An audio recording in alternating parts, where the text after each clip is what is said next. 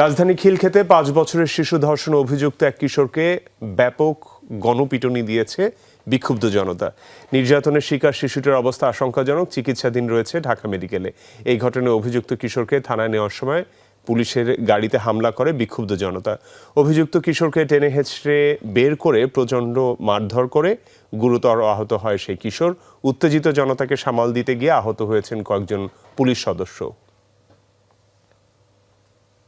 5 বছরের ছোট্ট শিশু মঙ্গলবার দুপুরে যায় নানি বাড়ি। অভিযোগ, সে সময় সিঁড়ি থেকে তাকে ধরে নিয়ে ধর্ষণ করে জানমিয়া নামে এক কিশোর। ভুক্তভোগী ওই ছোট্ট শিশু নানির কাছে গেলেও নির্যাতনের বিষয়ে কিছু বলতে পারছিল না। শিশুটির স্বজনরা প্রাথমিকভাবে আশপাশের কয়েকটি হাসপাতালে ভর্তির চেষ্টা করে। সবাই শিশুটিকে ঢাকা মেডিকেলে নেয়ার কথা বললেও এক পর্যায়ে লোকলজ্জার ভয়ে বাসায় ফিরে আসে পরিবার। আসার পরে বলছে পেটে ব্যথা, পেটে ব্যথা হাসপাতালে নিচে হঠাৎ করে পেটে ব্যথা। তারপরে আস্তে আস্তে আস্তে আস্তে আস্তে আমার ওই জামাইয়ের কাছ থেকে, মানে আমার দুলাভাইয়ের কাছ থেকে জানতে পারছি যে এই ঘটনা হয়েছে। নাতনিরা 20 টাকা দিছে, দিলে দোকানে মজা আনছে।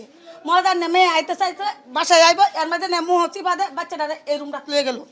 এই রুমের তো বাইর করিয়া বাচ্চাটার সিঁড়ির মধ্যে দেখো, তুই তোর নানির কিছু বলবি না, বললে তোর মারলাম।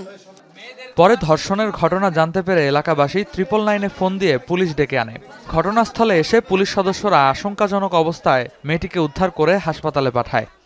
4 করে ফোন দিছে, ফোন দেওয়ার পরে আসছে। আসার পরে ছেলেরা সবাই পাবলিকে ধরতে চাইছে, স্যারেরা দেয় নাই। পরে স্যারেরা পাবলিক করে মিটাই দিয়ে ছেলেরা নিয়ে গেছে। মেয়ের সাথে সাথে পরে আমরা মেডিকেলে নিয়ে ভর্তি করে বলে। ছেলে আর ছেলের মা থাকে, মানে ছেলের মা গেছে বাড়িতে বেড়াইতো, আর ছেলে মনে হন কালার বাসার মধ্যে তাহে 13-14 বছর হবে। রাতে সেই কিশোরকে আটক করে থানায় নিয়ে যাওয়ার সময় এলাকাবাসী পুলিশের গাড়ি ভেঙে তাকে বের করে গণপিটুনি দেয়। উত্তেজিত জনতার গণপিটুনিতে গুরুতর আহত হয় সে। জনগণ যারা ছিল ওকে বের করে গণপিটুনি দিয়েছে। এই দেশের আইন কি জানি না, কিন্তু আমাদের মন থেকে আমরা বলি যে যেটা করা হয়েছে একদম ঠিকভাবে করা হয়েছে।